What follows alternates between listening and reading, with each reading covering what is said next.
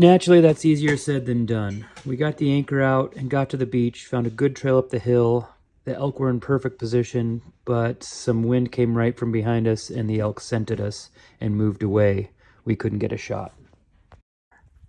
The original elk we were looking at didn't really go far, so we tried to climb the mountain to get downwind of them.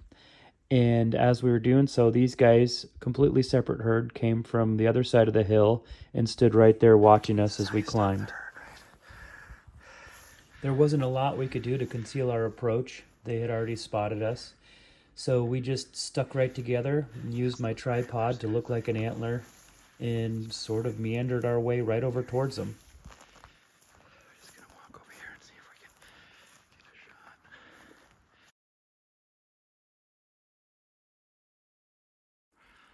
So in the background, over here, there's a sow with two cubs, and there's a bull below her.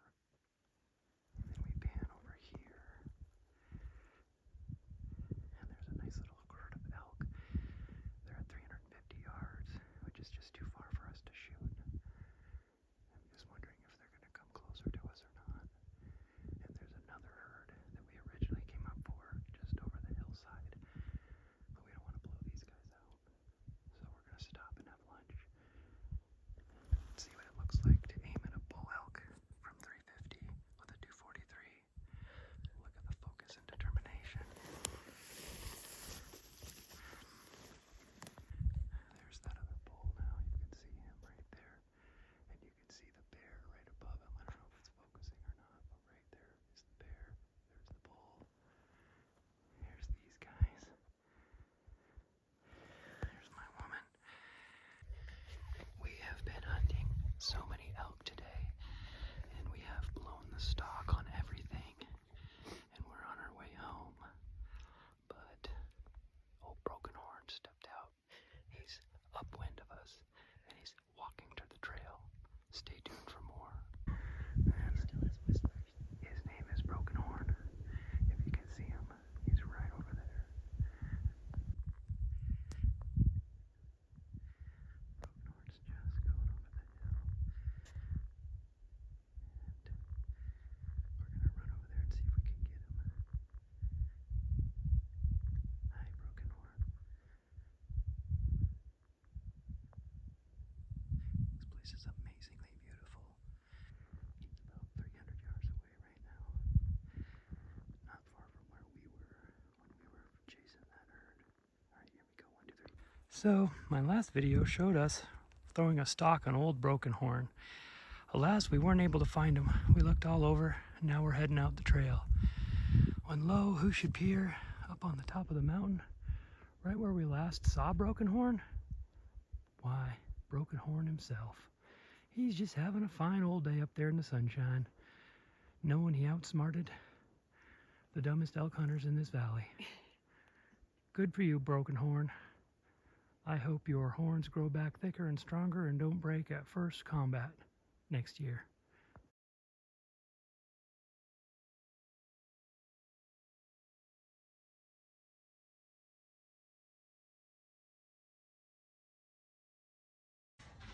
We ran home that night to meet two good friends of ours, David and Liz, who joined us, and we headed back up the next morning. We spotted more elk in a similar area and decided to go back up the same trail we had gone the day prior.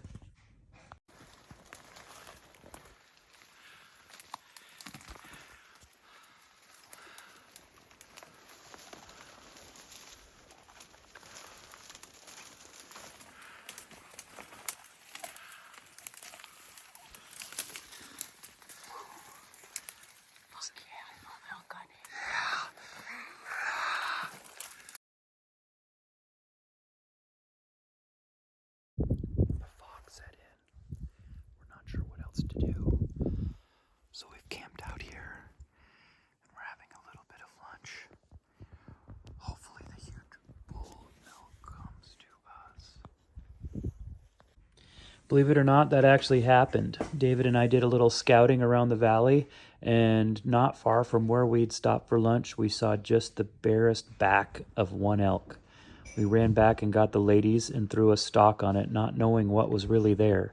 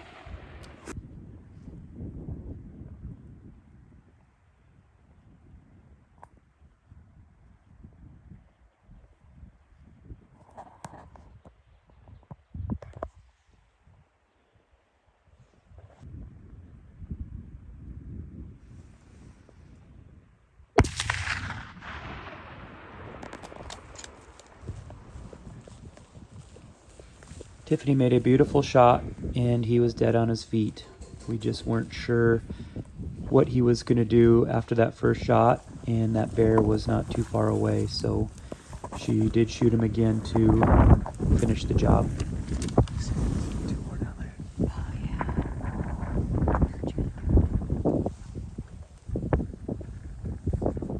Did she? She hit him. She definitely hit it the first time. She was shooting a 243 Winchester, and he was about 75 yards away. He's done. Yep. He's done. Oh, shit, so bad. How much farther do we have to go? He's right here. See him? See where that was? Turns out he had a couple buddies with him. The last video I got was me telling my wife not to do this, and her saying she was going to. We have David. We've got David. We've got Liz. I don't know about that. We've got Tyler. We've got Zoe. We've got Fisher. Fireball. And we got fucking motivation. This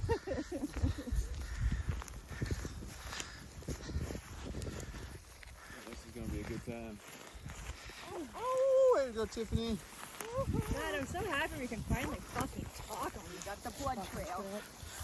Don't gotta be quiet anymore. Oh, let it out, Liz.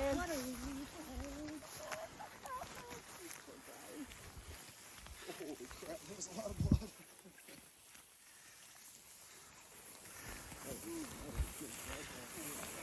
Poke his eyeball with your barrel. Make sure he's dead, honey.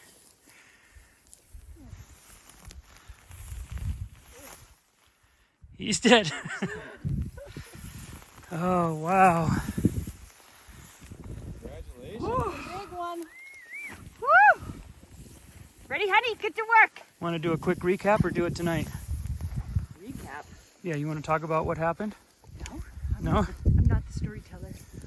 You want to go grab his antlers so we can get some pictures to honor this trophy? Yes, got honor. It's all about marketing. Kodiak Raspberry Island remote launch. Sponsored. All the barrels empty? Yes, sir. I got 2 in my mag. Oh my god. 1, 2, 3. Look at that. Oh. How do I get his head up? There you go. You don't need me.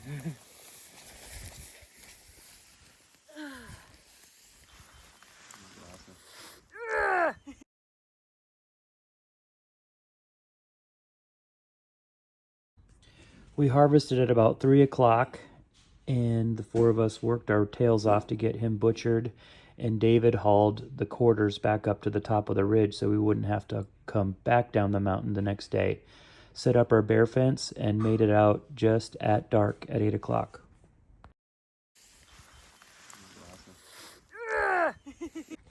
If you could hear that beeping in the background, that's my Zolio letting me know that Tyler, Zoe, and Fisher would show up the next morning to help us pack this elk out.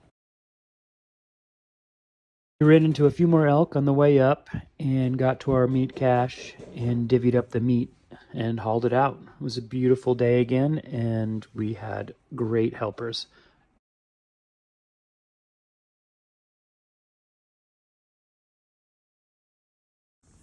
Great job to my beautiful wife, and I'm very proud of the fact that I was able to be part of this trip with her.